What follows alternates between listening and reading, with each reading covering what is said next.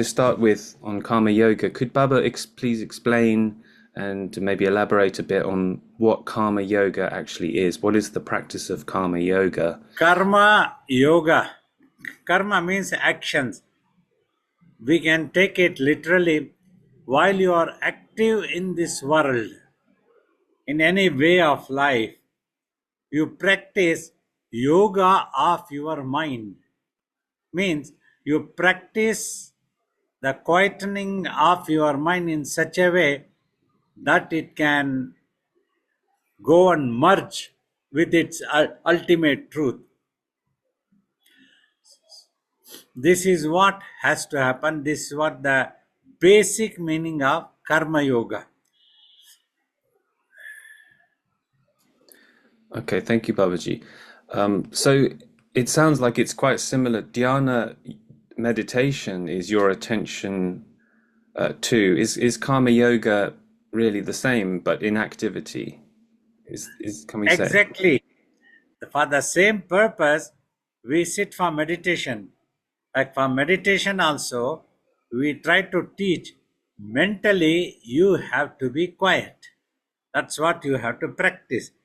In Dhyana Yoga, we make you to sit in a stillness of the physical body and make you to practice quietening the mind, where when you just watch in between eyebrows, that means you are not trying to think anything, you are not trying to analyze, or you are not trying to make any judgments. Anything that happens within the mind, that much you have to bother. That does, by just watching, you practice becoming quiet. As you go on becoming quiet, the thoughts and visions that are in the mind also will dissolve, they will disappear. So this is one thing. So in the same way here in Karma Yoga, this has to happen when the body is active.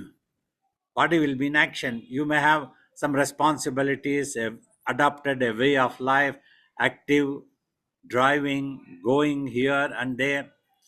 So in all this way of life, you would have some desire or some ambition or something to achieve.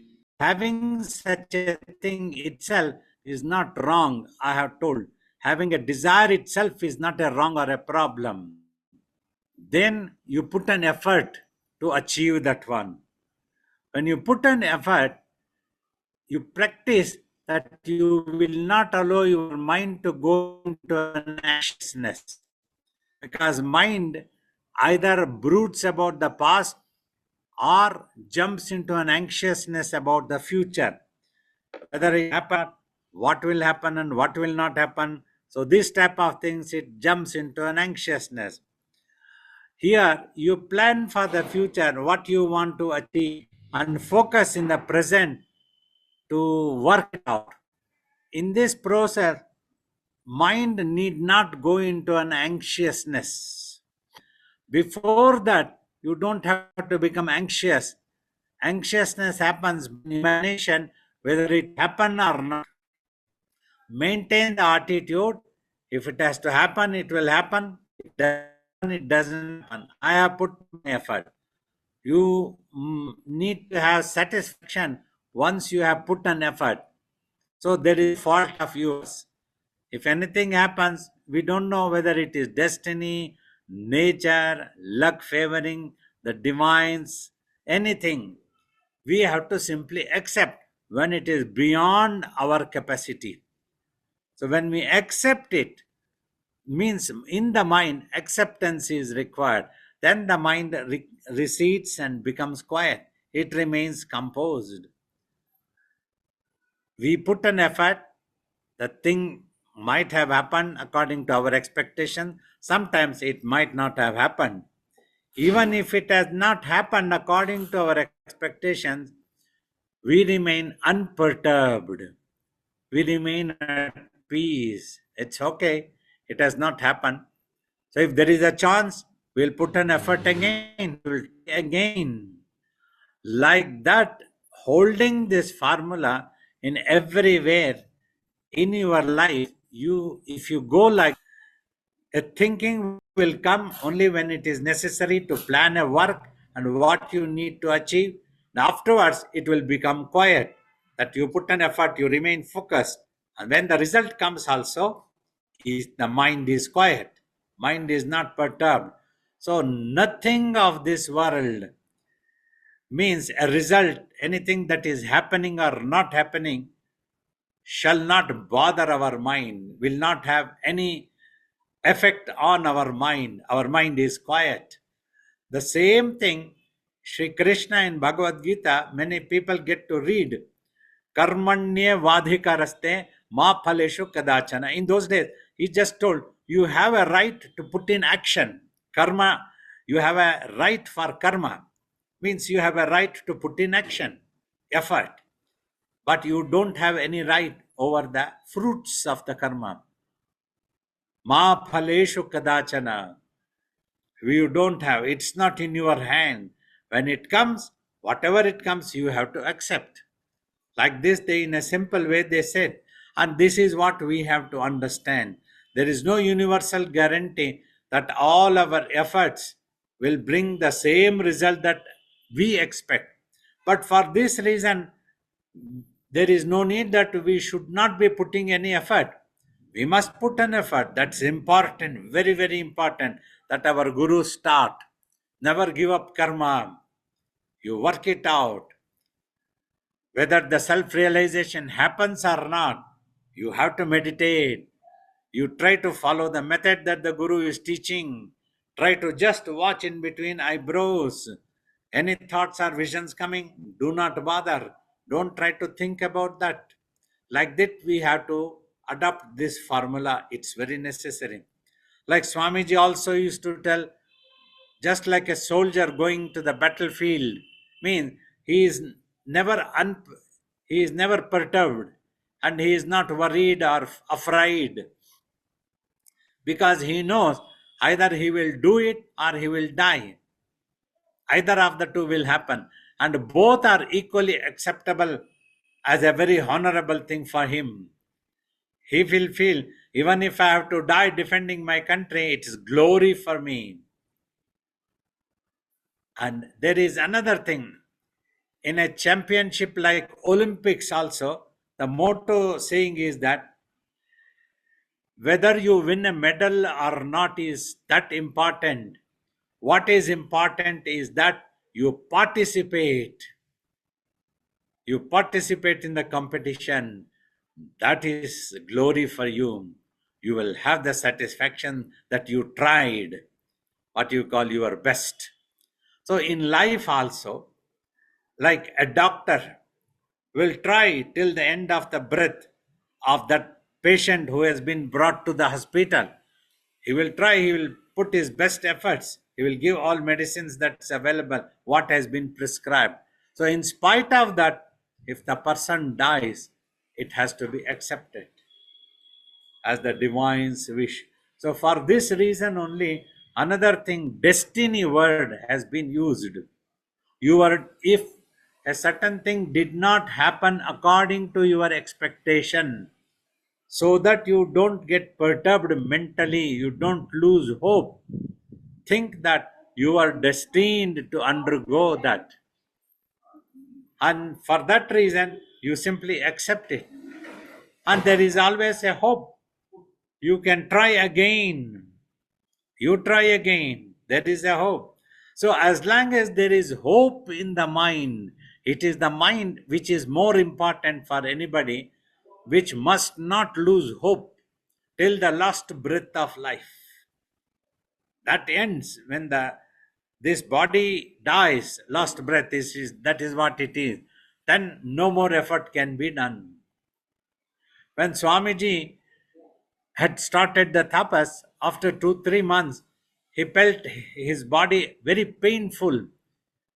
The body's thigh skin had become decayed because he was sitting in the mud.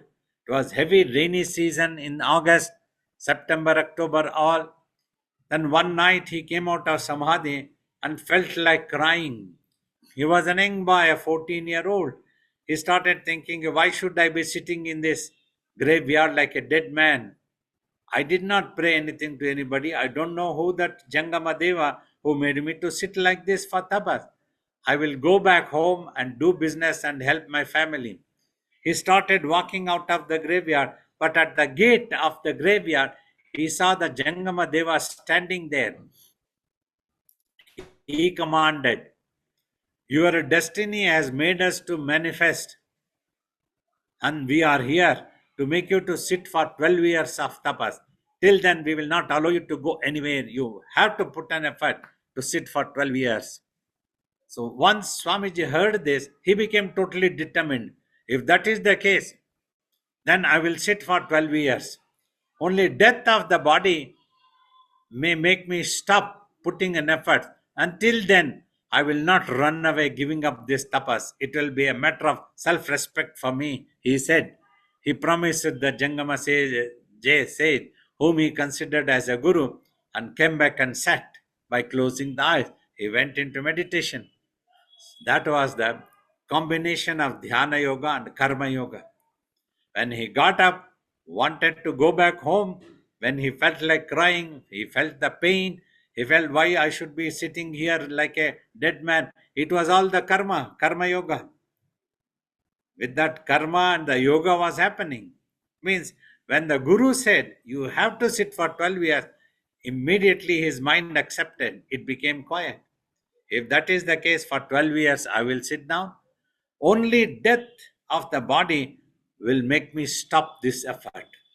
So, like that, till the last breath of life, if everybody adopts this, a beautiful karma yoga in your day through every day, every moment, you can achieve something, will be possible in meditation, quietening the mind. Initially, it may be a bit confusing without thinking how can we do any action, without expecting how can we do feel motivated. You need to feel motivated with a duty bound thinking, like a soldier is motivated. Yeah, I will this defending my country, not give up. More than that, I will not think. Let me focus on the better. If he keeps thinking or daydreaming anything else, then somebody else will kill him. His enemy will kill him. So, like that, here also, in the life also, we have to think, I will do it or I will die. I will put an effort. If it happens, happens. If it happens, if it fine. Until the last breath of life, I will keep trying for this. With that attitude, you feel motivated. Don't bother about the result. It is possible without bothering for the result, separate it and feel motivated as a duty bound. I will do it or I will die. Think that your guru has commanded. Think that the divine has commanded. Think that your mind has commanded that you need to put an effort to achieve this. Just do it. So then the karma yoga will happen. Well, thank you, Babaji. So, Baba, it's very hard to remove that idea in our imagination of what is the best outcome in a situation. But we really do we need to lose this idea in our imagination? This is the good outcome, this is the bad outcome. Very important, because often from the youth, this type of question comes about indecision. How do we know that we will be able to take a right decision and we will be able to achieve? I tell them, in fact, there is no such thing called a right decision or a wrong decision. Simply, you have to take a decision. Things may happen according to your expectations, things may not happen according to your expectation. But you don't have to regret. You have taken a decision and you do it fully. If it happens, happens. If it doesn't happen, you try something else. So, this is what happens. So, always in life, we will have to have this attitude. Then it will be a decision. I said, when you take a decision and after some time, if you regret, then it was your mistake that you took that decision.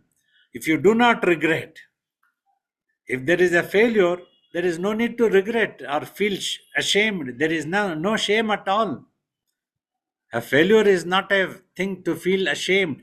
A failure is a thing that will motivate you to try again and go for it till you don't achieve or you don't die. We keep praying, a certain thing has to happen. Today it has not happened. Tomorrow we will pray again. Tomorrow it doesn't happen. Day after tomorrow we will pray again. We will not give up. With God we will be praying. I want this to happen. Bless me. Please shower your grace upon me. Well, it is up to God to shower the grace. We won't blame God, but we will keep praying like that. Effort in life.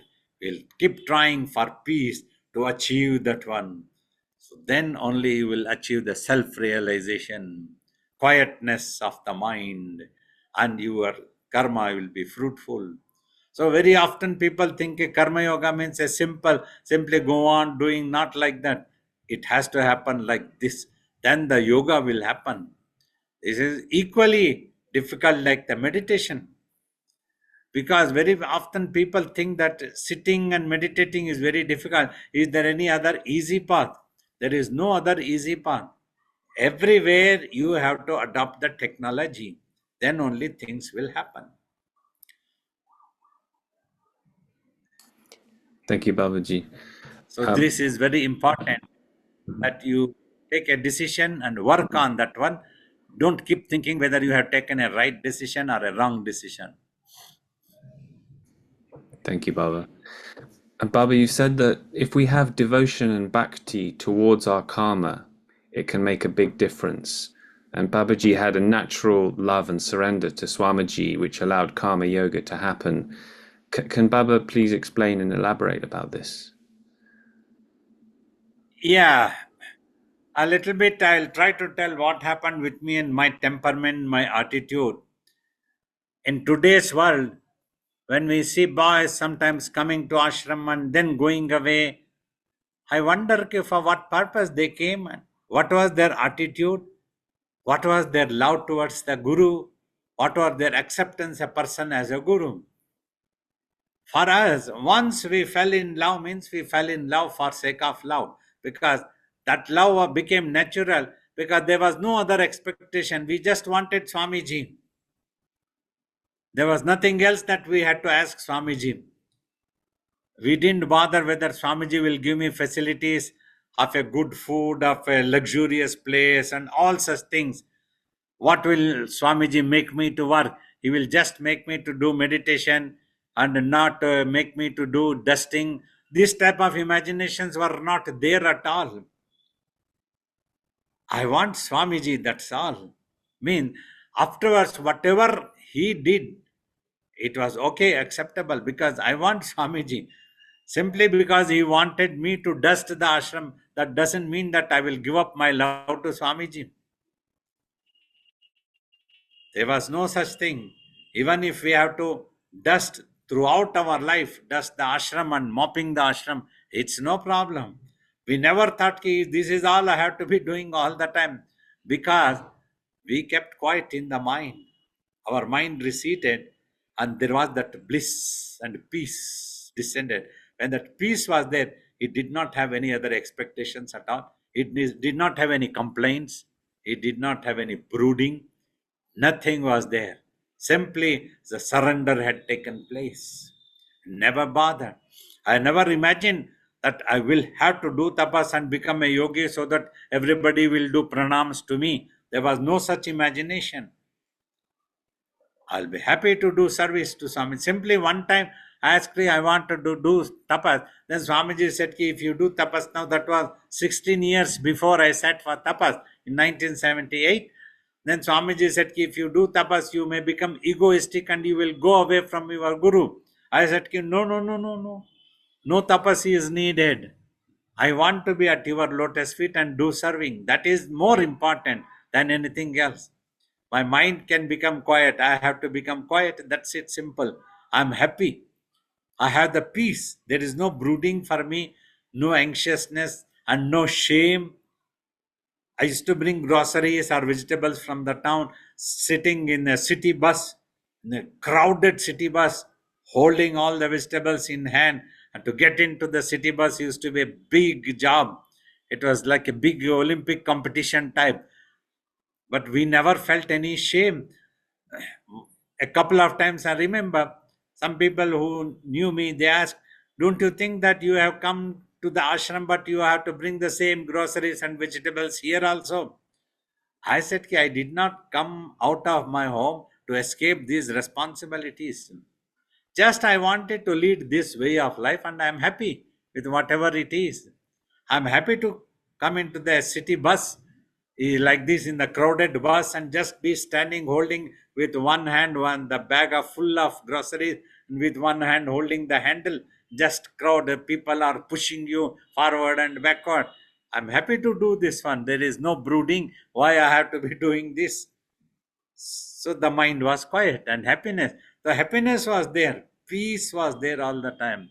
So, like that, we just fell in love for sake of love. We did not have, "I'm going to love Baba Swamiji if he is going to make me to do only meditation and not dust, and he will give me a best attached bathroom room always, and he will not ask me to get out of that place always.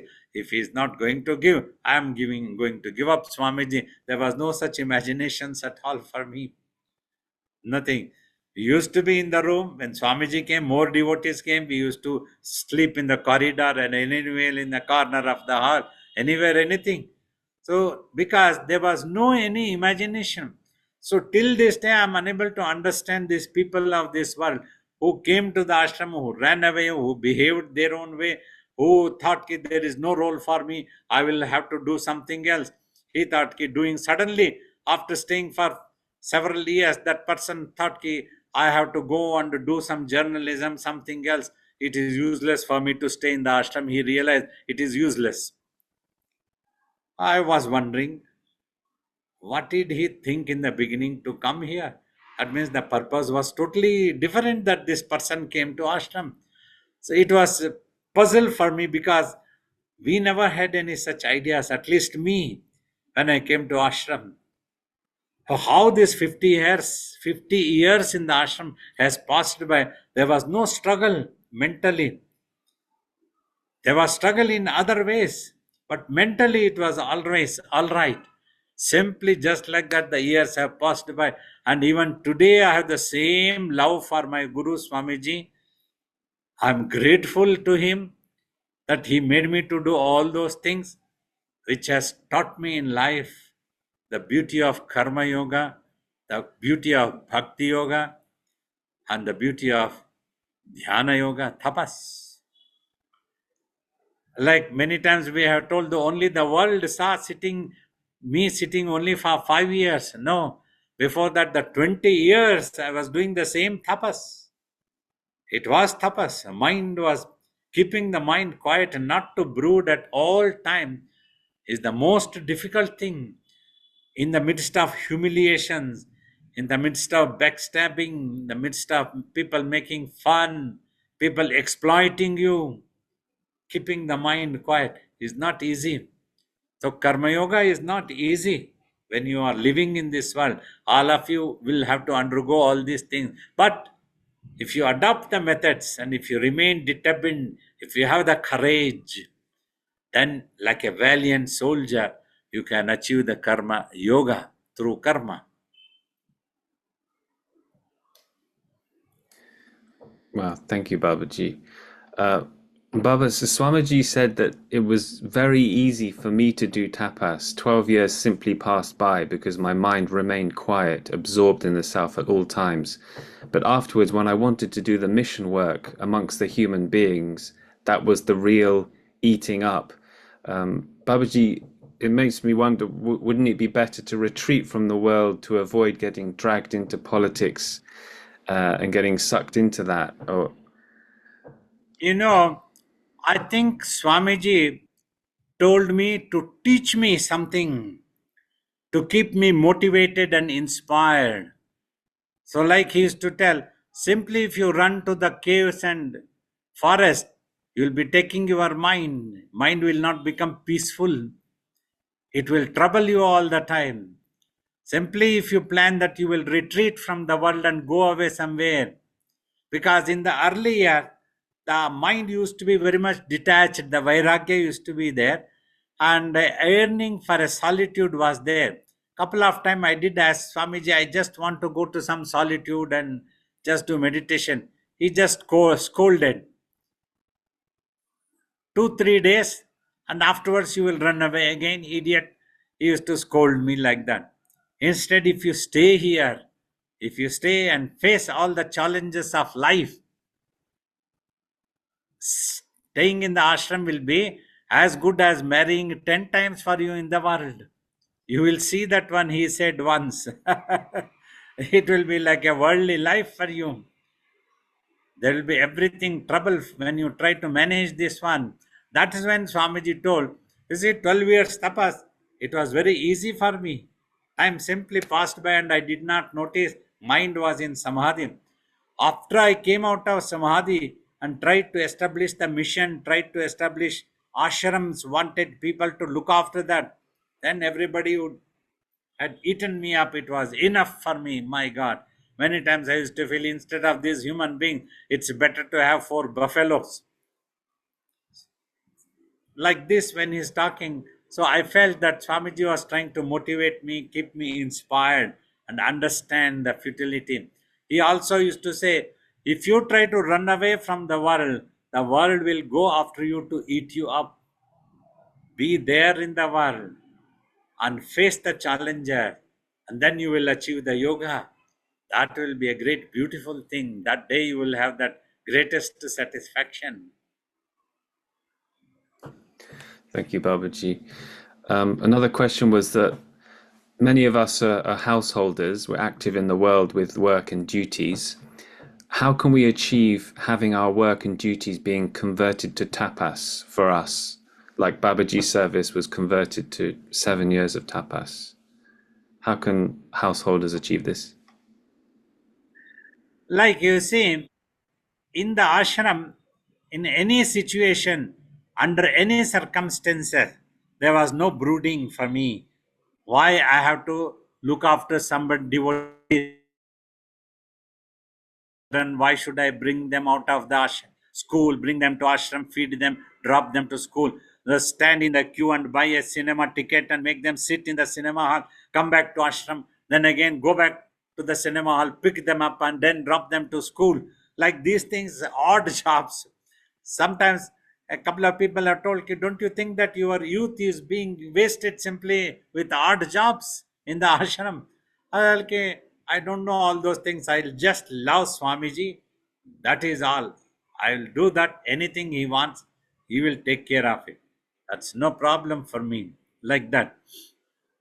So I used to think, and I just used to become quiet mentally, and there was no brooding at all. All the time, there was acceptance, there was peace. So I never imagined that I was doing all those things and why I should be doing all these things. That imagination never came. See, the same thing I have seen with Ambaji also. For more than 30 years now, she has stayed with me. She has loved me like a elder brother, equivalent to a guru.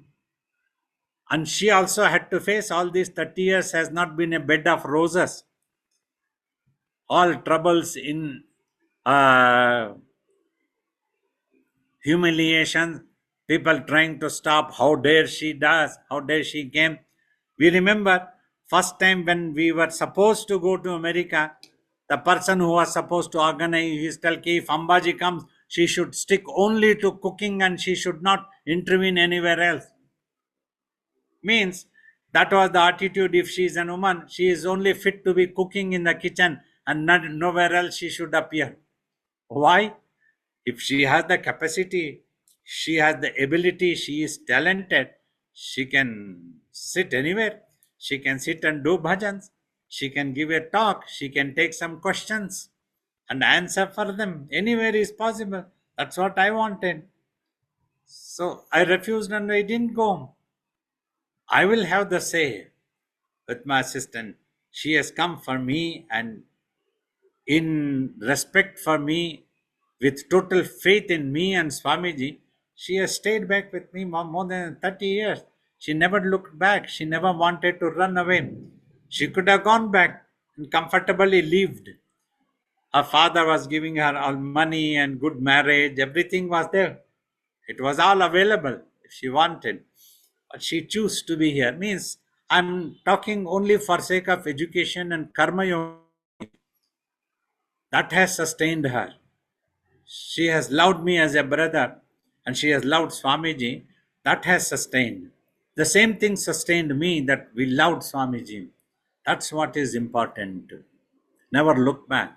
Just keep doing. Don't analyze. This analyzing, trying to become a judgment, making judgment, thinking oneself to be very shrewd. I am the most clever, I have the computer brain to deal with things. Such people are always failures. They are useless people. They will never learn in life. They will not be determined.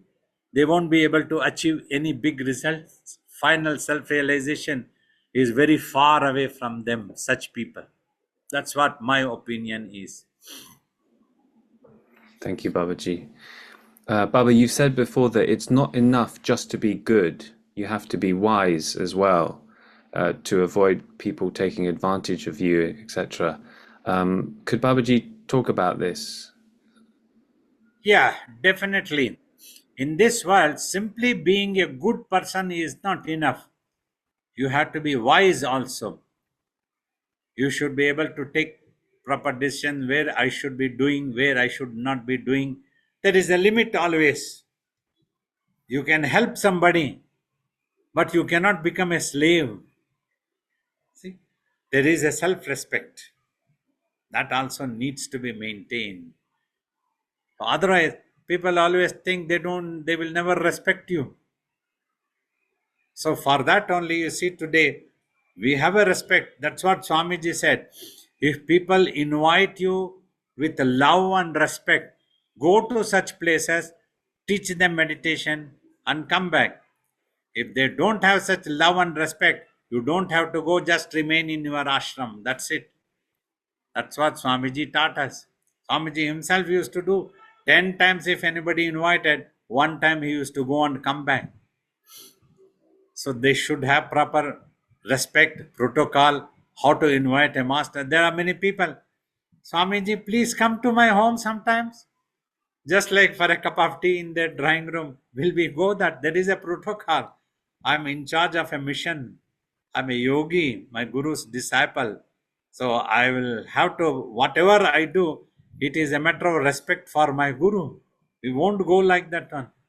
People have to invite, and they should properly host, they should properly organize things. They should not be commanding, as I was telling in the initially. So those people, 23 years now, that was 23 years ago, we have come a long way. 20 years we have visited 20 times America, and we have so many loud friends there in America for us, and they all organize beautiful retreats and beautiful programs everywhere in the world we have seen. That's a different story. But in the beginning, some people were trying to be over smart, what you call. They were trying to be. We will have some conditions, and you being a disciple, you will have to sit like this. You will not be sitting on this. In England, some people were discussing and making conditions for me. You will not be sitting there. You will not. You will have to be sitting in the midst of us only, because you are only a disciple. You will not be given any separate food. You are only a disciple. You are not the guru. So these type of things also we heard so much. We didn't bother. We simply went where we were respected. We saw if there was no respect, we came back simply. There was no humiliation, no shame for us. It's okay. They failed to respect. We gave an opportunity to somebody, but they failed to respect properly. So we came back. Whoever respected us properly, we went back to them. Again and again, we went back, allowed them to host us. We did programs. So, like that, we have to go in this world with self respect, also is important. We cannot be a slave to somebody. We will help somebody. We will definitely do. But we will not allow somebody to exploit us. There is a rule, a protocol. So that's what every human being need to have. The self-respect is important. That much is good. Only with the guru in our Indian culture that is recommended. Only with the guru who is a self-realized one, who can lead you to self-realization. Sages have told this, not me only. Purandaras has taken, until you don't become a slave to the Guru, there is no liberation. There you give up everything, there is no humiliation. You just love the Master, be devoted there. That's what we knew. Swamiji has this beautiful knowledge and wisdom. He is a self realized Master. Come what may be, Swamiji, give us the self realization. Lead us towards self realization. Bless me so that I'm not reborn again as any creature at all. That type of prayers used to be there. So we used to feel motivated, inspired, at peace, keep going, keep going. Things kept us going. Thank you, Babaji. Baba, there's a quote that Babaji gave, which is, "Do not allow the mind to get into agitation. Think that what you are doing is Guru's service. Keep the mind devoted and unattached. Then it will be like doing tapas for you." So, Exactly. This is important. Like now we will take up the topic of being active in the world. If you are staying with a guru is different. But being active in the world, you may need to have some self-respect. All these things are there. We understand. But at the same time, simply do not allow the mind to go into such brooding. Why this happened, why this person behaved like that. Let go the things. If the past has happened, look for the future. Do somewhere something else. You can leave the place and take another job and do something else. Is always possible. There is no problem for that one. Like that, you have to keep going so that you maintain your self respect. But at any cost, do not allow the mind to go into brooding. Think that it was the divines or the guru's wishes that this thing had to happen. That's fine. It's a divine leela of the guru. No problem. We will look somewhere else. We will do this one. If somebody did not respect us, it's okay. We will find it somewhere else. One door closes and another door opens by the divine's grace.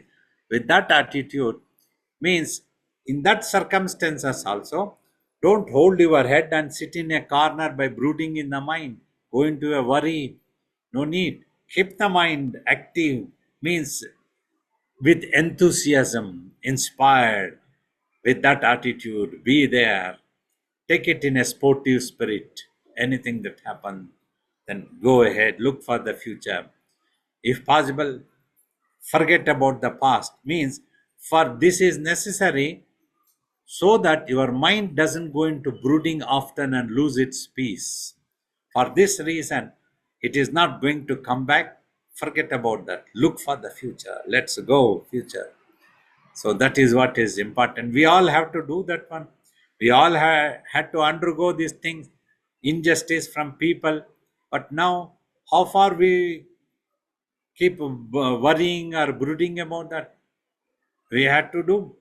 Now, also at the age of 70, we are so busy in life teaching meditation, taking Zoom classes, meeting people, giving darshan, everything. I cannot afford to feel sorry for myself. I cannot afford to feel brooding that somebody misbehaved like this. It's done, it's over, finish. We are okay today. Future will be more careful. Now we are independent. We will not allow anybody to exploit. We will not allow anybody to humiliate. They have no right. Only my Guru had the authority. He was my master and all in all, and nobody else in this world has that power. We didn't allow anybody who tried to misbehave like that. We stayed away. That's it. So, with this attitude, you have to go so that you are able to keep your mind in enthusiasm and motivated, inspired. This is a struggle, not easy. But if you practice, So every moment can turn like a meditation for you.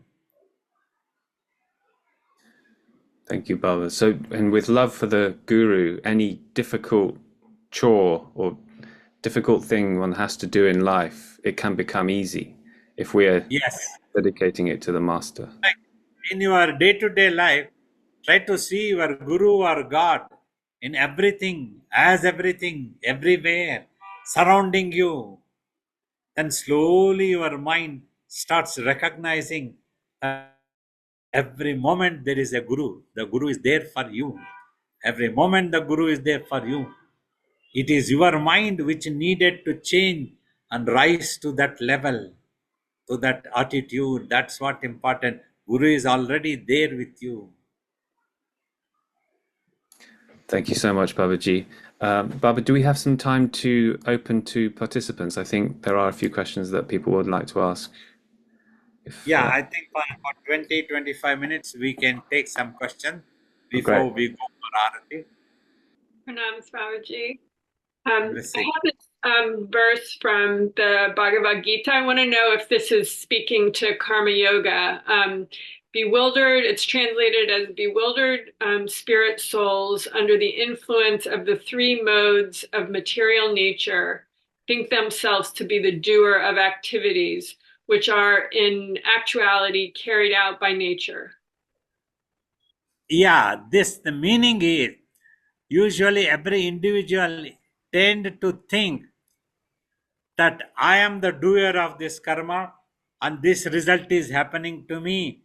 Thus, they get involved into the three gunas, into the influence of such things into the mind, and they lose peace. They become disappointed. They go into agony. Why this happening? I did this one. Like this, they get involved. Whereas everything happening according to the ultimate truth. We are not the doer. So if we can give up that doership attitude, then our mind can remain at peace at all times. Just like in a simple way, you are acting in a movie. You have to utter a dialogue. You have to do a certain action. That action may be of a good in nature or a bad in nature, but you are not bothered. The director says, you have to now stab this fellow, you have to act as if you are stabbing, and you have to scold somebody. That is the role in the movie. But while doing all this, you won't be bothered or feeling sad that you are doing all this. Just because the director wants me to do this one, I do this acting and that's done, finished. Then I take out my makeup and I become a normal person. Like this in this world also, in a way, if you practice meditation along with that, at least for 1 hour, your mind will become purified. One thing, it will become more matured. You will not try to harm somebody with your selfishness or any such thing, but you will defend yourself, and at the same time you will not be minding anything what anybody has scolded you, what you had to do for that purpose. If you had to defend yourself, you won't be worried. 10 years ago we had to fight some person whom we respected very much, whom we loved, because he was going against the institute of my guru. That's done, that's finished. We don't have such worries now. We had to do that thing. As a soldier of the ashram of our guru, we did our duty. Like that, you do everything as a duty. Don't go into the mode of I did this one, why should this happen to me, like that. The doership is the botheration. That's what this sentence says. Thank you, Babaji. And the formula that you gave would apply to this. The take the action, and then the fruits happen, accept whatever the fruits are. And then if there's more effort to be made, make the effort, and then accept the fruits. And like that, that's the pattern. Yes. Thank you. Pranams, Babaji. Babaji, I have two questions today because I came with one question already and one related to this topic. Babaji, is there a possible state where there are no thoughts in the mind, but there still exists an imagination or an ego? No, you see, an imagination gives rise to a thought. If there is no thought, there is no imagination. Both, Okay. either of them cannot be there. If there is a thought, means that was an imagination. If there is an imagination, means there will always be a thought. If one is not there, the other one will also be not there. Okay. Babaji's question related to this topic is it's always confusing when related to karma yoga. Even in Bhagavad Gita, the description was that don't keep desires. But for all of us staying in this world, we take action out of our desires. So it's very, I could understand that from desire we take action and don't worry about results. But should this whole process be stopped from the source that there's no desire and then you don't take action? No, that's why if you have observed me in my talks, repeatedly I have told having a desire itself is not a problem. It is not prohibited. You have a desire and you work for that. Put an effort. But when the result comes, accept it so that your mind remains quiet. It is as simple. If you remember this formula, I repeat, you have a desire and it is no problem. You can have a desire. That you put an effort to achieve that desire. When the result comes, don't go into a brooding, anxiousness, disappointment, losing hope, any such thing. Accept it. That is what is required. That's what the meaning of Karma Yoga. That's what all the scriptures have said in a simple way. That might appear as a complicated in the scripture sometimes because of some explanation. This is what we all need to understand in a simple way. Am I clear? Yes, Babaji. Good. Pranam Babaji. Yes. When we say Babaji tapas for 7 years, 12 years, and 14 to 16 hours in a day, so that tapas is continuous, or in between there are short breaks of 2 minutes, 5 minutes, natural call, or it is at a stretch? No, that was continuous for that many hours in a single stretch. Okay. So slowly we have to increase 1 hour to 2 hour, 3 hour, like that. Yeah, that first you practice when you are active in the world, when you start learning the meditation, you are recommended to practice to sit for 1 hour. So sitting in the physical body for 1 hour unmoved is important. Then achieving in that 1 hour so that the mind remains quiet all the 1 hour. So that's what, like my guru used to tell, meditation and tapas means when for 1 hour you are able to keep the mind quiet, that is the real meditation. Till then you are trying to meditate. And now for 8 to 10 hours at least, when you are able to keep the mind quiet in a stretch, in a single stretch, then the tapas starts. Then that person can do tapas.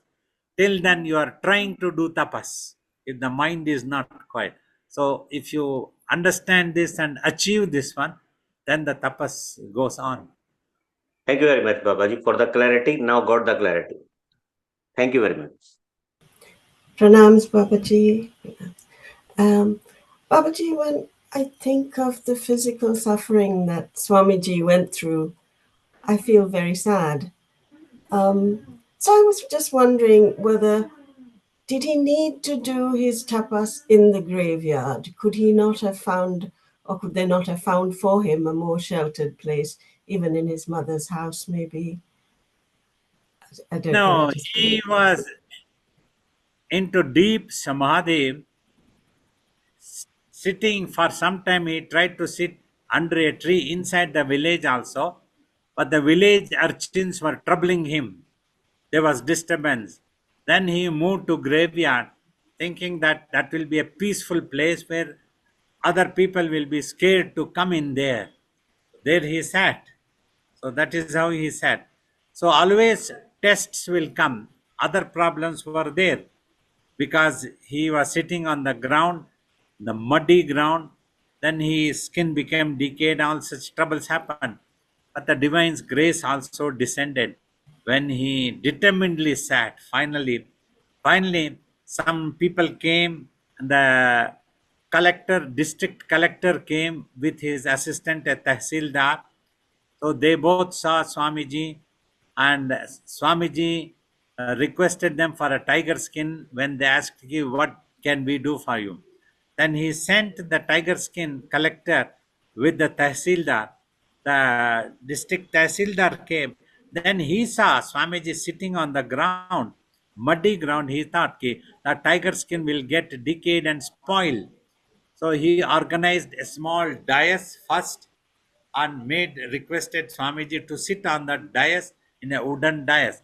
Then he spoke to other friends and known people, collected some funds, and got the temple constructed. Then requested Swamiji to sit inside the temple. So finally, Swamiji sat in the temple and continued his tapas. Thank you, Babaji. Pranams, Babaji.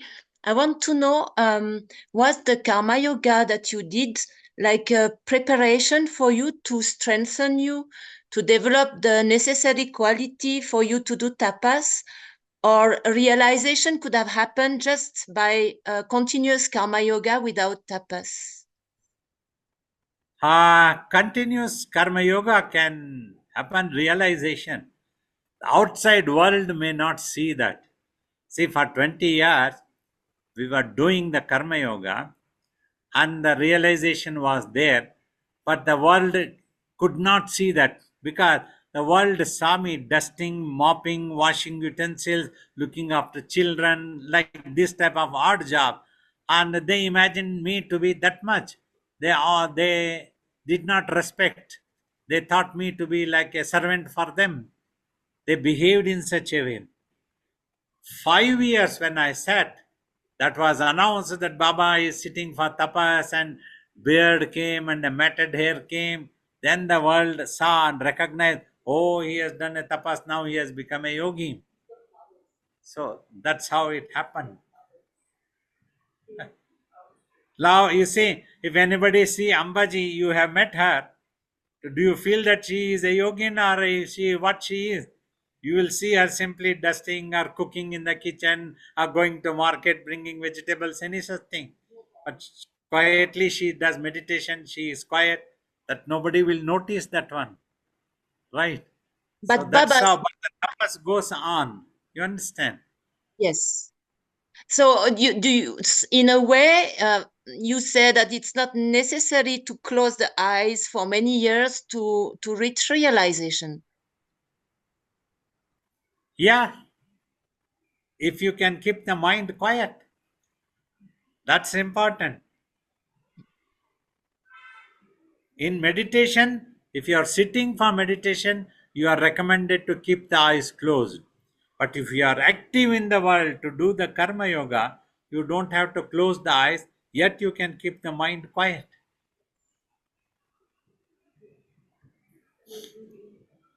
That's it. Hi, Babaji. This is Sangeeta Kiran from London. Thank you so much. Your topic is very useful today, especially for family people, Karma Yoga. I had just one question. As a wife, usually in family, we have husband, we have child, right? We have their own Karma Yoga. What should be the attitude? And partially, I think when you were saying Ambaji does her chores and then does her meditation, I got a little bit of hint, but what should be like a mother's or a wife's Karma Yoga so that they both are supported in their own Karma Yoga? And sometimes you limit them from doing certain things because you're trying to protect them, and it could be our own limitations which we are projecting. But what is the best attitude to have that my Karma Yoga is supported as well as my family members' path is supported? Try to maintain your cool, your patience. Be friendly with them like your child. Be friendly. Keep talking to the child like a friend. What is good and what is bad. and give the child a choice to understand and select in life. Like that you encourage and encourage the child to learn to scrutinize what is good and what is bad, what is the larger cause, final consequences. These type of things keep talking, so that that will be helpful in their karma yoga eventually. And for the partners, husbands or wives, what would you suggest? Respect each other, talk to each other like friends. When you are talking, talk like friends and express your things, and whatever your opinion is, you try to tell your husband, this is my opinion, this is things. If it's acceptable, it's okay, otherwise it's okay. If you don't want to acceptable also, I will keep my opinion, you keep your opinion. Means finally also you remain friendly all the time, and no need to lose temper or become disappointed. Just you give your opinion. Like now also as a teacher, we give our opinion and recommend. If some people doesn't want to learn, so we cannot help. We don't mind and we don't lose temper. It's okay. It's your choice finally. Like that, if you maintain your cool in the family, there will be harmony, peace, and it will Harmonies. be helpful to each other. Thank you, You'll Babaji. Very remember helpful. things. Thank you. Pranams, Babaji. Babaji, it's just a follow on from the question earlier. You did mention about impact of parents' karma yoga on the children and vice versa. Is it in the path, in the journey for meditation that is personal, but for actions you can impact on your family's karma yoga, like via prayers and things like that? No. Meditation also is not simply personal. Meditation will enhance your capabilities. It will make you more matured. It is like you get educated. When you get educated academically, it was not just for you personally. Your Okay. personality got matured. So then you will be able to help others in a much better way. Like if you become a self realized, you will be able to influence, inspire somebody in a better way. You'll be able to give an answer without any confusion. This will be possible. So that is why you have to meditate and then do karma yoga also. Try to help others also. While helping others, it's important that you be matured and you need to have patience and you maintain your cool. You don't lose your cool also. You should not lose your temper. Is all these things important? Otherwise you will become angry if somebody doesn't listens to you. And that's what all bit happen, right? Okay. Okay. Thank you, Babaji. Thanks.